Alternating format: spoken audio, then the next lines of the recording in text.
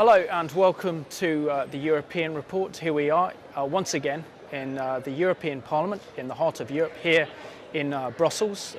In today's topic we're going to be discussing the alarming rise of anti-Semitism. There's been three separate reports this month. Firstly, the French security forces that look after the protection of the Jewish community have reported there's been a 58% increase in anti-Semitic instances in France. There's been a 30% increase in anti-Semitic instances in Belgium, and Britain has reported the third highest rate of anti-Semitism for 2012 on record. The other issue we're going to be discussing as well today is the issue of Hezbollah and why hasn't the EU classified Hezbollah as a terrorist organisation.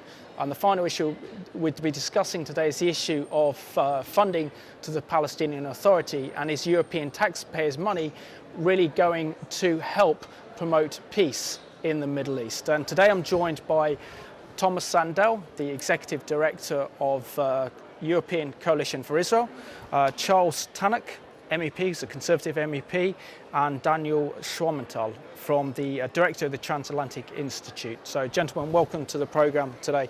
Thomas, it's good to have you back on the European Report for this programme. Can you just share with our viewers some of the work you've been doing and some of the initiatives you've been involved in recently? Well, as you remember, last time we met, we were just in the process of organizing the Holocaust Remembrance Day event here in the European Parliament, and there has been a lot of follow-up from that event. This time we had actually faith communities commemorating the victims of the Holocaust all over the world. And only to take an example of Japan, apparently we had some 100 different events in Japan where people were for the first time paying attention to what happened in Europe, and of course where also Japan played its role. In Finland in particular, but I know this is an issue which goes across all of Europe, we have a movement aiming at boycotting goods produced in the disputed territories. And this is something that we are engaging in, just trying to look at some of the legal arguments which are being used, and but in particular asking the question, because this is being driven by Christian development NGOs, asking the question to say, well, is Israel really the greatest human rights threat in the Middle East when we look at the situation in Syria and all across that region? And this is, as you can understand, keeping us very, very busy. And we'll continue this debate throughout the year, and it will not only be limited to Finland, it will be in the UK and many other countries which are very active on this front. Excellent, that's really good work. And Charles Tannock, MEP, it's an honour and a privilege to have such a, I would say, a statesman who's really stood up for Israel and the Jewish people here in the European Parliament. Can you share something about your very distinguished political career as a member of the European Parliament? Well, I'm beginning to blush, I think, for your viewers. I've never been called a statesman before, but just to give you an example of two recent things I've done in the last few days, literally, of interest to your viewers. Today I was involved in setting up the founder meeting of an intergroup, an informal intergroup of the Parliament to combat anti-Semitism, which is an idea which I came up with John Mann last year when the Westminster, the House of Commons, all-party group came over here and we had a joint meeting. And I thought it might be worthwhile doing something similar here. And I was very pleased with the attendance. It's been chaired by my London Labour colleague, Claude Moraes, and we had representations from all the mainstream centre-right, centre-left groups. Socialists were there, the Liberals were there, my group, the ECR, BPP were represented. So I really hope that will be a very useful way of highlighting unacceptable incidents, both within the Parliament, things that are said by other members, but also events throughout the European Union which need to be identified and exposed and shamed, frankly. Another thing I've done last week, I did two parliamentary questions in rapid succession to try and revitalize the campaign which I was behind about almost a decade ago, and I have to say has not achieved the result that we'd wished for, namely to have Hezbollah proscribed as a terrorist organization. Following the atrocities in Bulgaria, when the Bulgarian government identified a link to Hezbollah in Varna, I thought it was timely to try and remind the Council of Ministers of the fact that at the moment they maintain this ludicrous fiction that the political or civilian wing is somehow different from the military wing and from the terrorist activities of Hezbollah. So one is allowed to operate in the European Union and the other isn't. But in practice, Hezbollah itself makes no distinction. And at the highest levels of Hezbollah, it's one joint command structure. So I did one on the issue of banning Hezbollah, particularly banning the so-called civilian or political wing. And the other was also on the interdiction of the funding, because for as long as one part of Hezbollah can act, they can still raise substantial amounts of money in the European Union, in the mosques, and through various Islamic charities and what have you, and front companies, and possibly even links to organized crime or whatever. But they have ways of raising considerable sums of money, and there was an intervention by an Israeli minister recently saying that if that could be interdicted and prevented, that would cause serious damage to the organization. So something I've championed. I did have some success, as I said, almost a decade ago, on getting Al Manar television taken off air in terms of being allowed to transmit its terrible programs to our viewers in Europe, inciting anti-Semitism, violence, terrorist activities, and so on. So I think it's timely now to try and reinvigorate the anti-Hezbollah campaign. We were successful with Hamas, and I really think that Hezbollah is in exactly the same ballpark as Hamas. Clearly, the French and others are very sensitive about the fact that if the European Union did ban Hezbollah, that it would have an impact on the stability of Lebanon. That remains to be seen. Obviously, there's always a difficult calculus here. But nevertheless, it's very, very clear that Hezbollah, as a proxy for Iran, are also supporting the Assad regime, perpetrating terrible atrocities on civilians in Syria as we speak. There's evidence that Hezbollah have got armed militants actually operating side by side with the Alawite Syrian hardline regiments of the Ba'athist regime in Syria. So there is a risk of obviously problems in Lebanon, but nevertheless, we have to call a terrorist organization what it is, a terrorist organization. It should not be allowed to raise funding to effectively carry out atrocities anywhere in the world, but least of all in the European Union on our own territory. Oh, absolutely, and you're the perfect guest for this program today. But I just want to thank you so much for the stance that you make, and I think many of our viewers should be aware of some of the great work being done here in the European Parliament on behalf of Israel and the Jewish people, which brings me in nicely to Daniel. Daniel, it's great to have you on the program today. How did you get involved in international relations, and can you tell us something about the work of the Transatlantic Institute? Right. I was always interested in international relations, which is why I started my career as a journalist. And before I joined the AJC Transatlantic Institute, I was an editorial writer for the Wall Street Journal Europe, based here in Brussels and in Amsterdam. And it gave me a lot of opportunity to write about the sorts of issues that we are dealing with also here today on this program. But I realized over the last 2 years of my employment that I really wanted to focus on the Middle East and was looking for an opportunity to do that, and which is why I joined the Transatlantic Institute. And it is our view that, first of all, the name Transatlantic Institute is not just a coincidence. We strongly believe that a strong transatlantic relationship is absolutely important for all the work that we want to achieve, be it countering terrorism, which is a global threat, a threat against the Western world, be it fighting for pluralism and human rights, and also finding, peace between Israelis and Palestinians, and particularly more stability in the region. And so some of the programs we are doing here, for instance, we had a couple of months ago, we had Matthew Levitt from the Washington Institute for Near East Policy. He's probably the expert on Hezbollah in the academic think tank world. We had a number of meetings with him at the European External Action Service, with Belgian Foreign Ministry officials, with the EU anti-terrorist official, and also a public event. So this is something that we've been working on. We had an interesting event just last month with the Konrad Adenauer Foundation, which is linked, of course, to the EPP, on anti-Semitism in the Arab world, and how that affects peace or the lack of peace between Israelis and the Arab world. So these are some of the examples of our work in the past few weeks. Excellent. It sounds like very, very good work.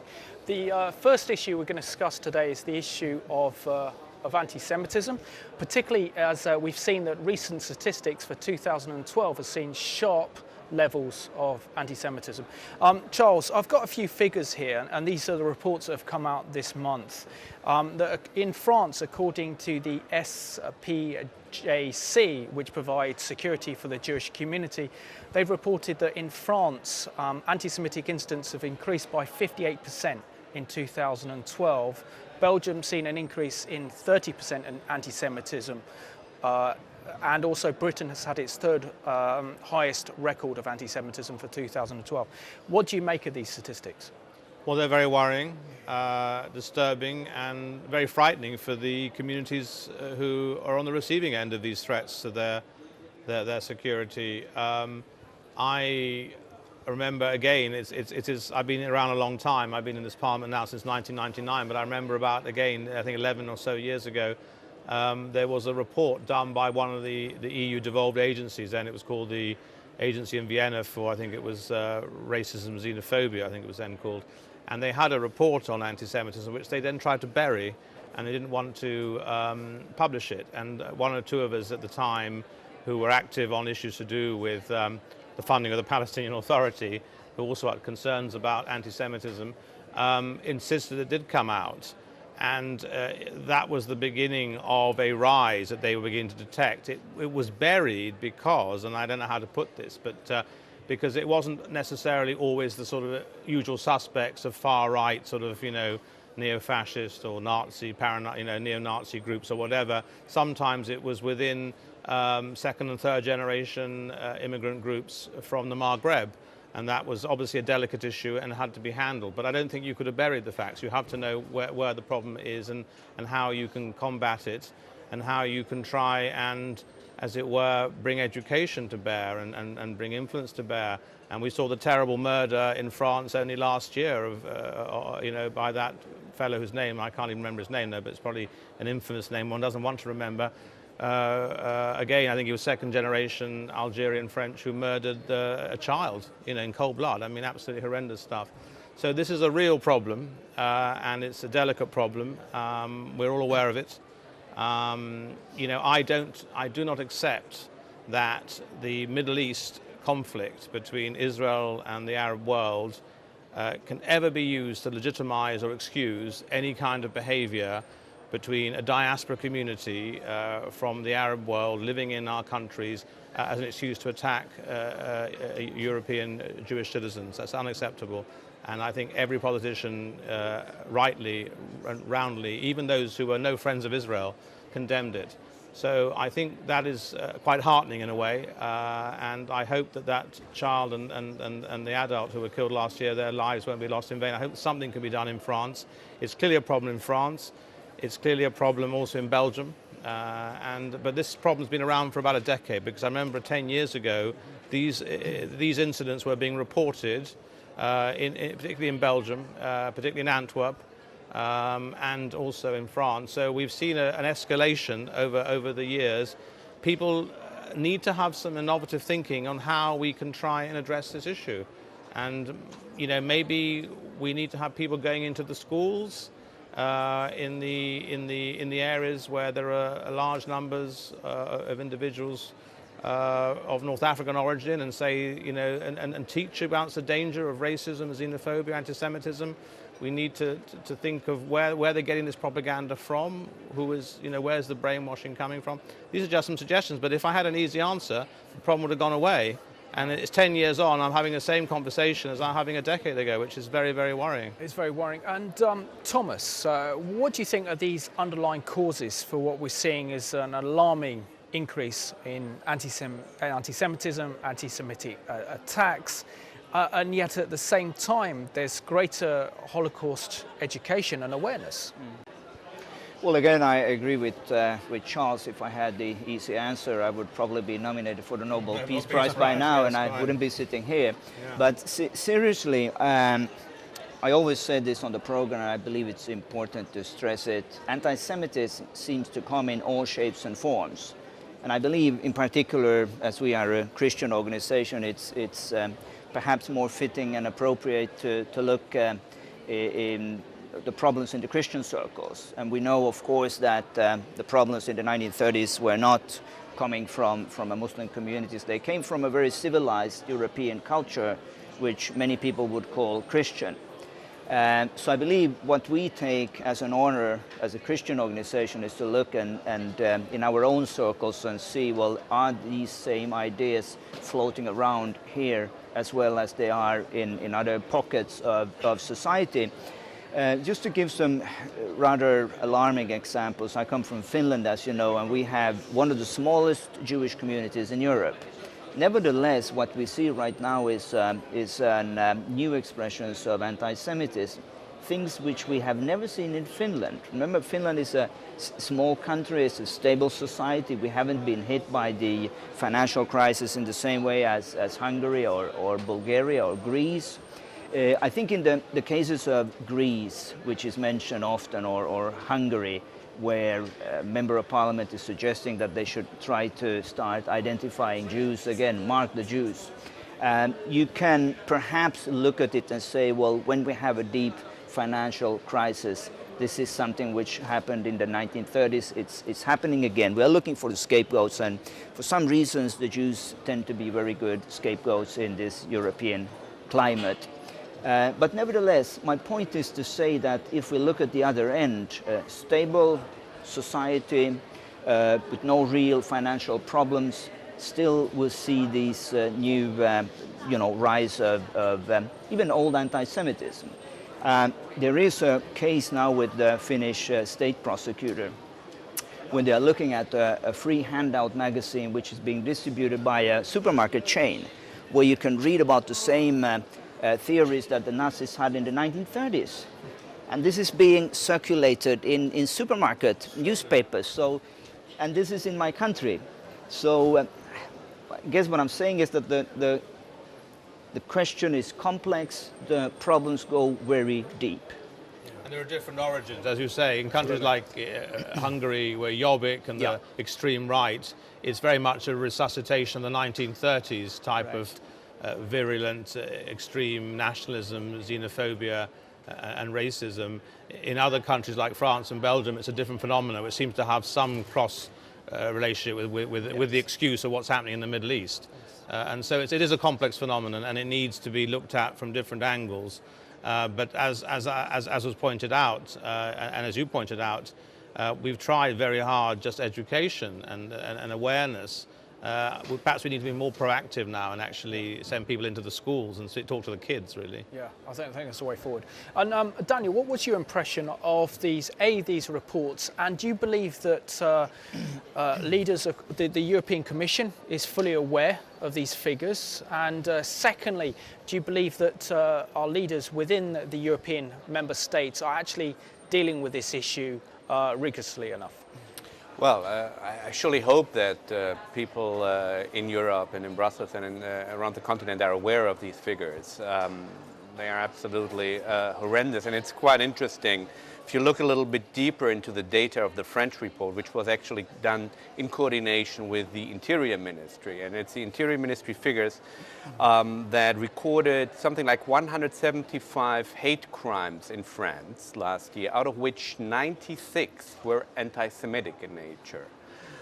So that also puts the whole thing into perspective. It's not just a phenomenon that anti-Semitic attacks increase. They are completely out of proportion to a community of 500,000 within a population of less than 1% of the population. Yes, yeah. and they also identified only 9 anti-Islamic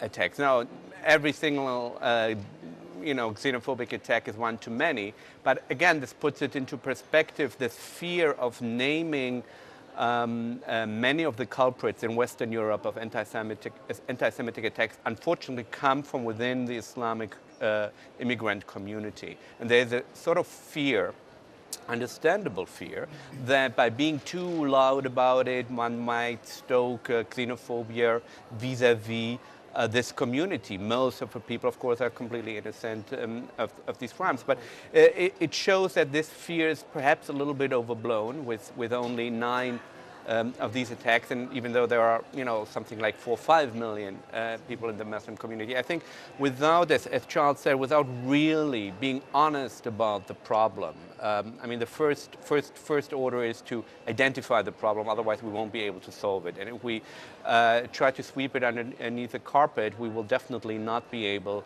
to tackle this problem. We need to be honest about it. And as Charles said, this sort of excuses that it is linked to the Arab-Israeli conflict is first of all unacceptable. We wouldn't accept it the other way around. If suddenly there were Jews around beating up Arabs and the excuse, well, it's the Arab-Israeli conflict, nobody would accept this, and certainly nobody in the Jewish community would accept this.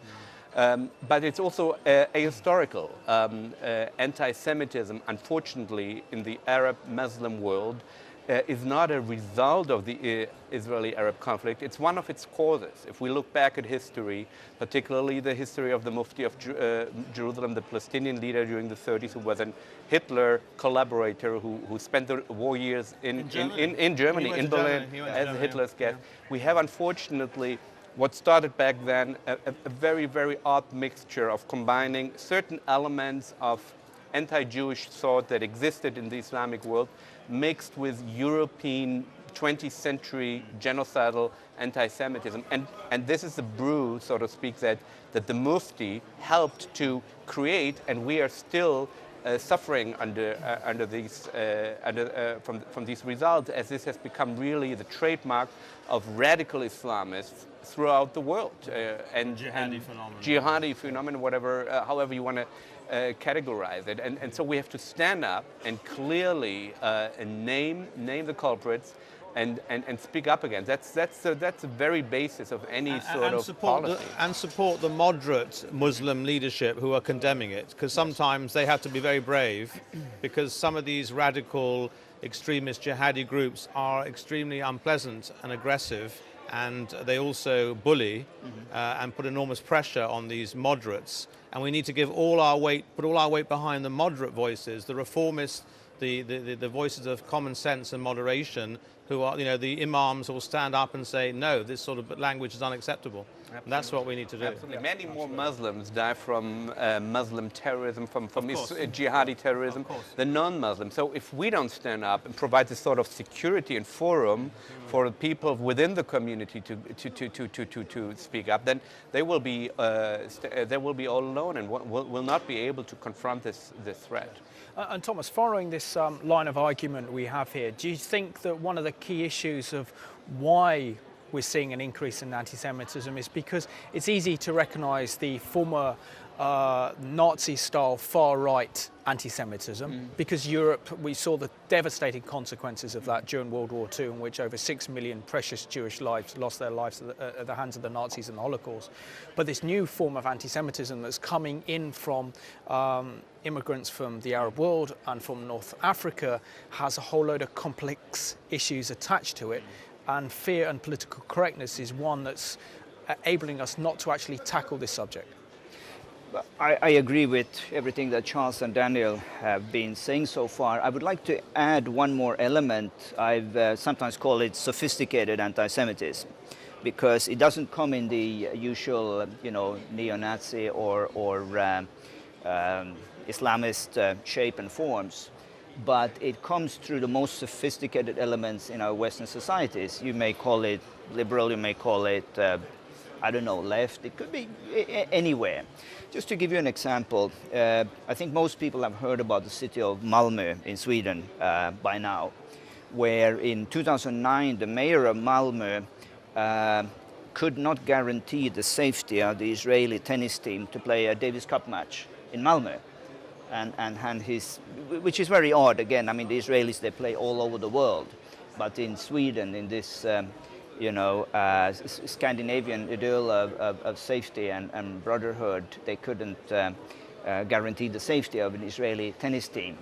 He then went on record to say that Well, he said two things. He said, well, the Jewish community in Malmö would do themselves a lot of good if they would distance themselves from the policies of the Israeli government, which was odd in itself. Then he went on to say, because people then said, well, isn't that a strong statement? Are you a bit racist? And he said, no, I'm not racist at all. Anti-Semitism is just as much not tolerable in Malmö as is Zionism. So there you put anti-Semitism and Zionism on the same level, in the same category. And the mayor of Malmö is a very popular leader, and he's a social democrat. And still to this day, he cannot understand why he has been blamed for being anti-Semitic. This is what I call the sophisticated sort of anti-Semitism, where you still don't get it because you say, no, how can I be an anti-Semite? I hate Hitler just as much as anyone else. Whereas you still use his arguments, and you put Israel as a democratic state on the same equal footing as racism and anti-Semitism. And this is something which you see increasingly in Europe, I would say, where you just take away the word Jew, because of course you can't say, Jew is bad or Jewish, but you say Zionist. So once you've used the word Zionist or Zionism, you think you have cleared your back, and you come back to this issue of what is legitimate criticism of Israel and where do we cross the line of coming into anti-Semitism.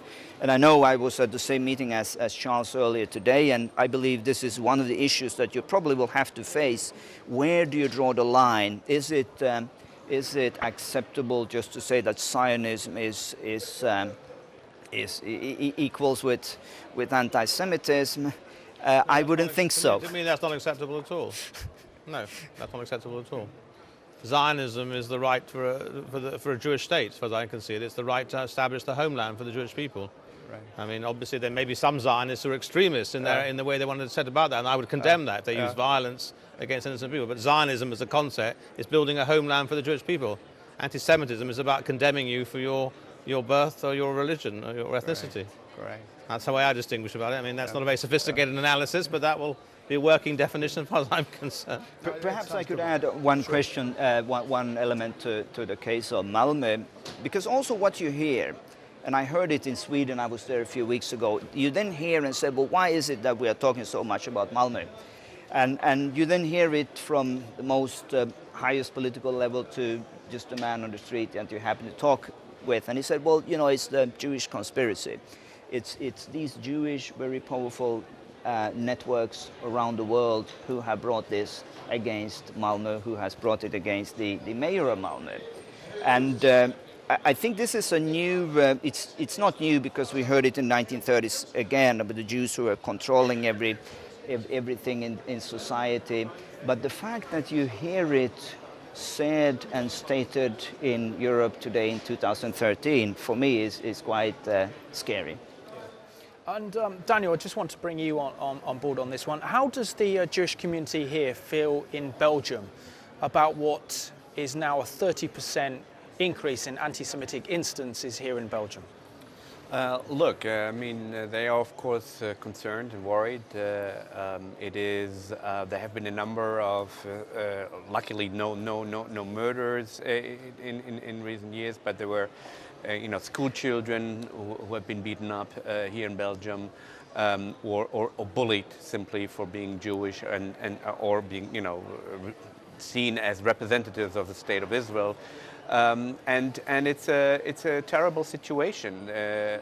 No police can 100% protect you from these sorts of situations, and it has caused some people to consider immigration even to Israel and in other places. So it's a real concern for, if you put yourself in the position of parents who have to send their children to schools where the schools can in some cases no longer guarantee the children's safety or normal upbringing. And Charles, it's very important that there are MEPs like yourself who are making this stand against anti-Semitism. How can, say, the general public get behind politicians like you who are doing very good work and courageous work on this issue? Well, I think they just need, do unto others as you'd have done unto yourself. How would they feel if they were members of a peaceful, hard-working community and targeted purely because they were that particular distinction and domination rather than another one? I mean,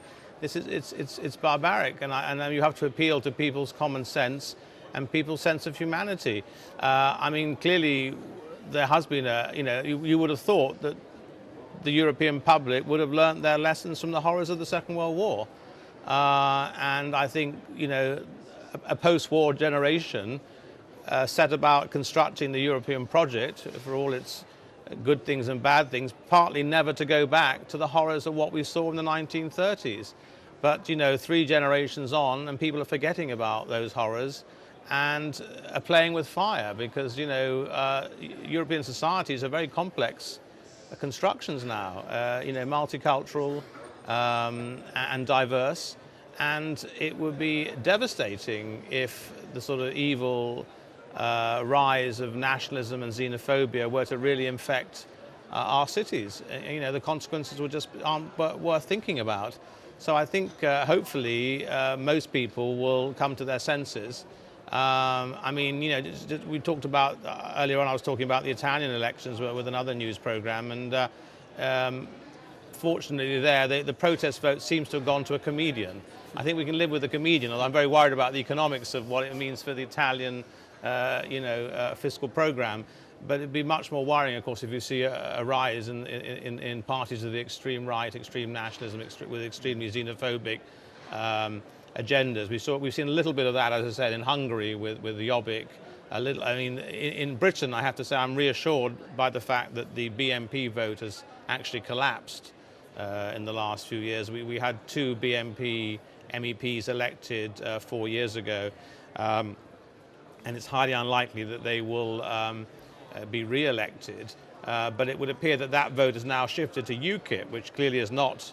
I'm not remotely saying that UKIP is a BNP look-alike, but we have to watch very, very carefully. I mean, UKIP had some sort of Palestinian group which they set up, which made some rather, I think, unacceptable comments the other day.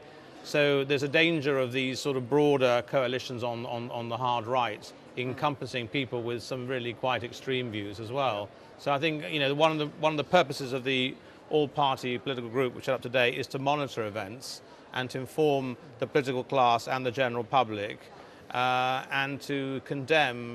There's obviously always a fine line, but there is always a border, which mustn't be crossed between freedom of speech and incitement to racial hatred and violence. Absolutely. And that's a clear division in my mind. And the other issue we're going to discuss is an issue that's being discussed here in the European Parliament, and this is the issue: should the European Union classify Hezbollah as a terrorist organisation?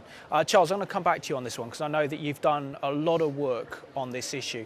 Firstly, why this has come to the light primarily because of the terrorist attack we saw in Bulgaria last year, in which 5 Israeli tourists were killed, including a Bulgarian bus driver, and the Bulgarian government has pointed and given strong evidence that Hezbollah was behind this attack. And yet the EU still has not classified Hezbollah as a terrorist organisation and wants to separate the political wing from the military wing.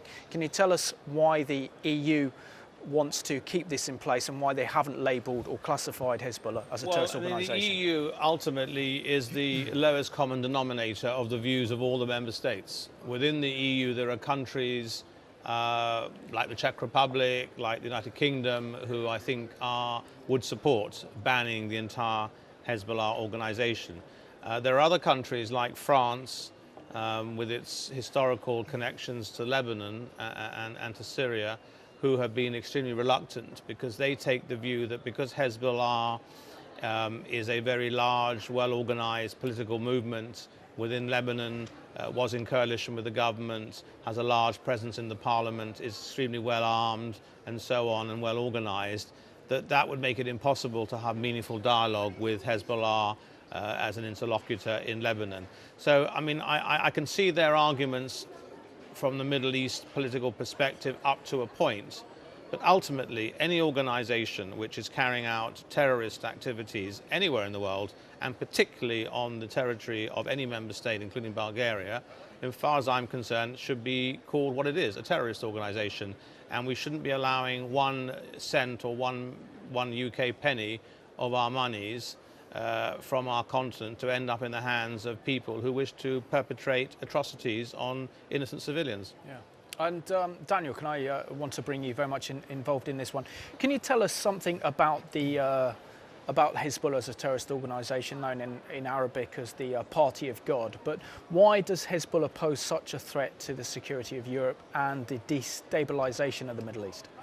Look, Hezbollah has been called the A-team of international terrorism. It is the group that actually introduced the phenomenon of suicide bombings into the Middle East when it bombed the American embassy in Beirut and American and French peacekeepers. So for the Europeans, in this case French, 52 or so brave French soldiers were among Hezbollah's first victims. So this is not a new phenomenon. It is, of course, also particularly dangerous because it is closely linked with Iran. Iran has basically created Hezbollah, it's funding it, and it's a proxy really. It's fully integrated into the military Iranian Revolutionary Guards, and is therefore an arm also for Iran to carry out international terrorism, and as we now seeing, is increasingly involved in helping President Assad butchering his own people. And the argument that putting Hezbollah on a terrorist would destabilize Lebanon is laughable. It is, the most destabilizing factor for Lebanon and the entire region. It is now starting a war with a second neighboring country. Not only has it been attacking Israel for many, many years, it is now directly involved in this civil war in Lebanon, and which has invited retaliation from Syrian rebels into Lebanon proper. So there is no doubt in my mind that it's not only morally the right thing, it's also, in terms of realpolitik, the only proper course of action. Yeah. And Thomas, I just want to give you a quote from Israel's ambassador to the UN, Ron Prosser, on this one. He says he has slated European countries who classify Hezbollah as a charity, and this is what he said. He said, not since Napoleon invaded Russia has the European continent seen such an astonishing lack of foresight. He went on to say that calling Hezbollah a charity is like calling Al-Qaeda an urban planning organisation because it desires to level tall buildings. Now, why? That's Ron at his best, because he used to be ambassador in London. He had a sort of a sense of humour the way he put his message across. But really, doesn't he really explain the lack of moral clarity in confronting the danger and threat posed by Hezbollah if they're operating here in Europe? I think there are a number of issues which are very problematic for me. One is the fact that you make a distinction between Israelis and Europeans. So the red line seems to be to say that, the minute a European will be killed on European soil, it's a major problem. But if the case is that there are Israelis, we can still sort of tolerate it almost. If I'm not completely mistaken, I think there are parallels even going back to the 1970s. And we don't often think about the fact that the PLO at the time, and we're looking at 1972 and the massacre in Munich, could operate fairly freely in Europe, even at that time. And I think there are strong evidence to point in the direction that there are certain intelligence services that would look the other way. And I take Italy as an example in the 1970s, I think, because we have the strongest evidence right there, where from Italian intelligence sources, they would basically say, well, don't mess with Italian targets, Italian citizens, and we'll look the other way. That is, of course, not to say that they were proactively supporting or openly supporting terrorists, but it's a dirty deal. And I believe from you can basically say that there are a number of countries that take this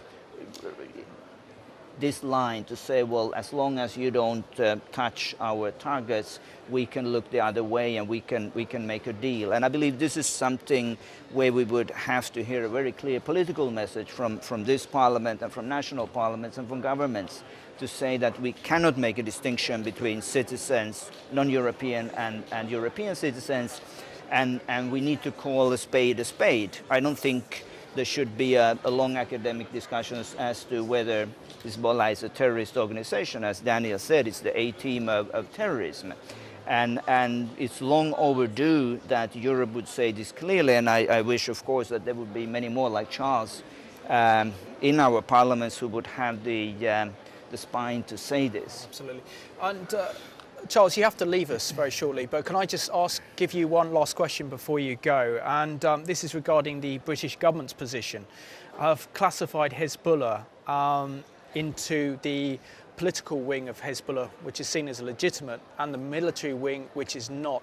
Surely the British government need more clarity and need to follow Israel's line, the United States line, also that of the Dutch, in classifying Hezbollah as an international terrorist organisation that poses a threat not only to Israel, but also to the stability in the Middle East and the security of Western Europe. Well, I mean, I can't speak for the British government, even if it is a Conservative-led government. I don't get consultant on these matters, which would hardly surprise you. I do remember about 6 or 7 years ago raising this with Jack Straw when he was the Foreign Secretary from the Labour administration. He said, oh, well, you know, if you've got evidence to show that money has reached, you know, a terrorist from Hezbollah set up in the UK, we'd be interested to hear about it. You know, but I could see that he really didn't want to get involved with this issue. I would hope now that there has been a bit of a wake-up call.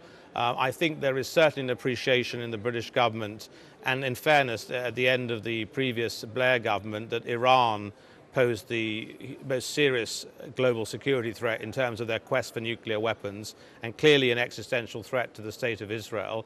And that, you know, even if you are drawing a totally unacceptable distinction between, you know, EU citizens and other citizens and who are the targets of their attacks, the fact of the matter is everybody now knows that Hezbollah in the Middle East is basically a department of the Ministry of Defense or the Iranian Revolutionary Guards in what's happening in Syria. So, you know, irrespective of the issue that they are terrorists and should be identified as terrorists, they're also the allies of a country which poses a threat to global peace, let alone Middle East peace, you know, in terms of an arms race and all the rest of it.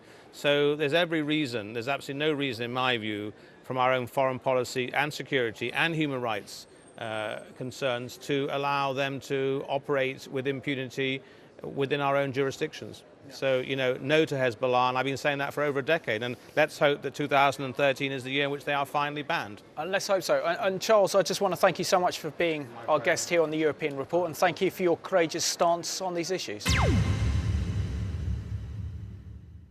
Charles Tannock, MEP, had to leave us. He's got another meeting now, so that just leaves us to continue discussing this issue of Hezbollah. Daniel, I want to bring you into this one. Surely Europe is out of line. I mean, we've had the US Secretary of State, Kerry, has really outlined that Europe is out of line, is what he said in terms of this position. How important is it for Europe's moral authority and standing in the world that they take this issue of classifying Hezbollah as a terrorist organization seriously? Look, it's absolutely crucial. I would say that not listing Hezbollah is the dereliction of duty. It's a failure to protect its own citizens and a failure to protect those who wish to visit Europe. That is absolutely unacceptable. Europe, the European Union, derives a lot of its soft power, and it's quite proud about it and quite open about it from the perception that this is a community of law and a community that respects human rights and democracy. It is absolutely incompatible with this sort of claim of moral authority, of being a community of law, that an organization, a terror organization, would be allowed to raise money in Europe, to raise funds, to recruit new members, and even plot terror attacks. In addition, this is not just any terrorist organization. It's an organization that has a vile, genocidal, anti-Semitic ideology at its core. So I think it's an incredible stain on Europe, and one it needs to remove immediately. And also going on this issue, I mean, there's been a recent article in the New York Times in which a security source has been quoted as saying that Hezbollah has been very active here in Europe, identifying Jewish and Israeli targets for attacks. Surely by allowing the political wing of Hezbollah to continue to finance, train, and assist the overall program of Hezbollah, this also doesn't only endanger Israelis and Jewish lives, but also that of ordinary Europeans. Look, money is fungible. The idea that Hezbollah, the political arm, the so-called welfare arm, can be separated from its so-called military arm is, as Charles and Thomas said, laughable. Hezbollah itself openly says that no such distinction exists. And of course, it is quite plausible that they are plotting new terrorist attacks right as we speak here against potential Israeli targets, against European Jewish targets, or any sort of Western European target. And we should not, get into this game of allowing to distinguish between various sorts of potential victims. We know that they are not only targeting Israelis. Already at this terror attack in Bulgaria, they didn't care whether also the Bulgarian bus driver or any other non-Jewish Israelis will die. And we know that they have targeted Jewish targets in the past, such as the attack in the 1990s in Buenos Aires, where they bombed a Jewish community center with more than 80 people, that killed more than 80 people. So these warnings need to be taken very, very seriously, and Europe needs to act now. Yeah. And Thomas, I mean, so many people, maybe the European Commission, are not fully aware of the extreme religious and political ideology of Hezbollah. For example, they call for genocide against the Jewish people, and it was only a few years ago that the leader of Hezbollah, Nasrallah, said that he wants to see all the Jewish people return to the land of Israel, because he said if that happens, then it's easier to annihilate the Jewish people worldwide. And surely that is comparable to that of Hitler and the Nazis. I think the problem, as we said so many times in this parliament, is the political correctness of not wanting to discuss certain issues, and being fearful that somehow you will be misrepresented, you stay away from the sensitive issues. And I believe this is one as such. I mean, as soon as you go and make comparison to what actually was said in the 1930s and 1940s, and show it with hard facts, with evidence, to say, well, listen, this was being said yesterday on this TV channel, or this was being repeated in that mosque, or on television in a particular country, people simply don't want to listen. And I'm not sure what it will take in Europe for people really to get the simple message, to listen, to read. And most of the cases, of course, things are being translated. So of course, you may not know all these exotic languages, because mostly it's not said in English. And that's part of the problem as well. There seems to be a double talk where you say certain things in English, and this is what we quote and what we rely on. But it's not difficult today to have things translated. And I think we should, as citizens of the European Union, we should make this requirement both to our members here in the European Parliament, but also to the officials of the European Commission, that they would actually read and comment on what is being said. And a final issue for today's programme, we're discussing the final issue, that is, are European taxpayers' money that's going to the Palestinian Authority being well spent, and is it fostering an atmosphere for peace? I very much want to bring you on this one, on Daniel. I mean, according to my figures here, that the British government pays somewhere around 70 million pounds to the Palestinian Authority, and the European Union gives something like a ridiculous sum, 500 million euros, in which 2.5% of the Palestinian Authority's monthly budget goes to the salaries for Palestinian terrorists in Israeli prisons. Is the money that the EU is giving to the Palestinian authorities being used to promote peace between the Israelis and the Palestinians? Look, there is no clear-cut answer to this question. A lot has improved over the past few years thanks to Prime Minister Fayyad, who has done a great job in tackling for the very first time, really, Palestinian corruption, mismanagement, and this sort of thing. But as you have just cited, there are still a lot of mischief, if you want to call it that, being done with money, and I have even read that this money that goes to Palestinian prisoners, and we have to be a little bit more precise. The money doesn't go to just any prisoner; it goes only to Palestinian security prisoners. In other words, Palestinians who have been accused or charged with the under the terror laws, and it goes and the higher your punishment is. In other words, the more serious your crime, the more money you get. So in other words, they are subsidizing Palestinian murderous terrorism with EU money. And that clearly has to stop. And that is clearly something where the EU must come in and say, we will simply cut off those 6.5% or whatever it is of the budget. At the very least, that's what they should be doing. And say, you need to stop that. There is absolutely no justification for encouraging this, terrorism in this form. Yeah. And Thomas, I think thanks to organisations like Palestinian Media Watch and Memory, we've become very much aware of how EU money, and certainly EU taxpayers' money, is being spent in terms of the Palestinian Authority's education system and also its media, in which incitement and hatred against Israel and the Jewish people exists. How will that foster steps towards peace in the future when a whole generation are being brainwashed into essentially thinking of genocide?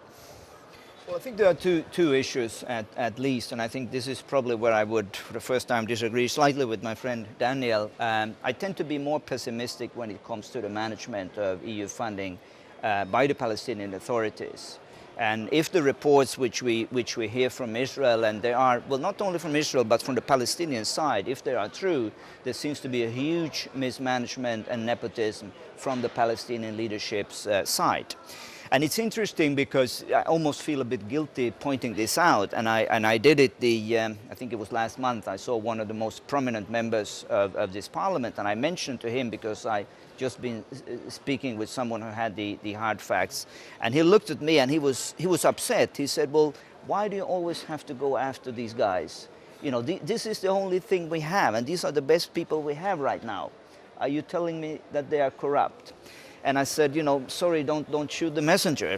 If this is the truth, I think it's the first people to have it investigated should be those who are putting up the 500 million of our money in this European Parliament.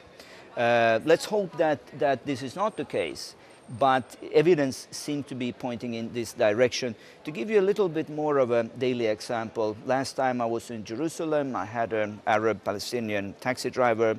He heard I was from Europe, and he said, well, we are the craziest people on earth. And I said, why do you say that? He said, well, because you are funding the most corrupt leadership we ever had. And I said, well, this is interesting. Well, why are you not, making a fuss about it? Why don't you go to your leaders and point this out? And he said, well, are you crazy? Do you think I want a hole in my head?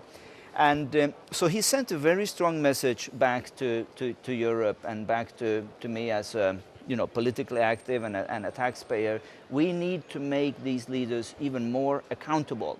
And I would say, as we did some 10 years ago when Charles was active on this issue, if it can be proven that the money is wisely spent, there is not mismanagement to the point that we are claiming it is, go ahead and increase with 10%.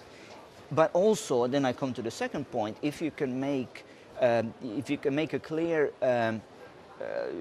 if you can explain clearly that this is really contributing to peace, and then we come to the content side and say, well, if we are putting all this money on the table, we have to look into the curricula in the schools, what is being taught, so that we are investing into peace and not into more antagonism and more provocations. And Daniel, we've got about a minute and a half left of the programme. I just want to say, if you've got a final comment on this one, how can the EU tighten up and monitor where the money's being spent so it's not used for funding of hate and it's not being used or channeled into terrorism activities? Look, we can have a discussion of whether the glass is half full or half empty.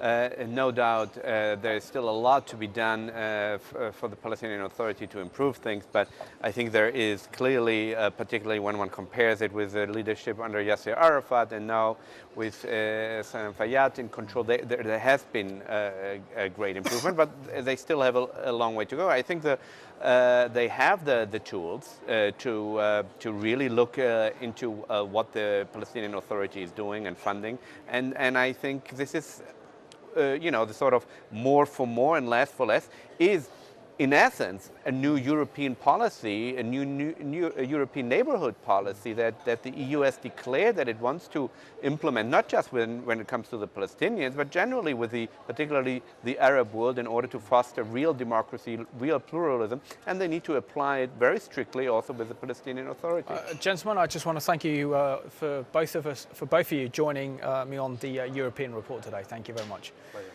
And I want to thank you all for watching today's European Report. As you've seen in this programme, we've seen an alarming increase in reports of anti-Semitism across Europe, and this is important that Europe has that moral calibre to actually confront the growing awareness of and danger that's posed by anti-Semitism. And also Europe's moral credibility is under threat by not classifying Hezbollah as an international terrorist organisation and making a separation between the political and the military wing of this dangerous and deadly terrorist organisation. So thank you for watching today's programme.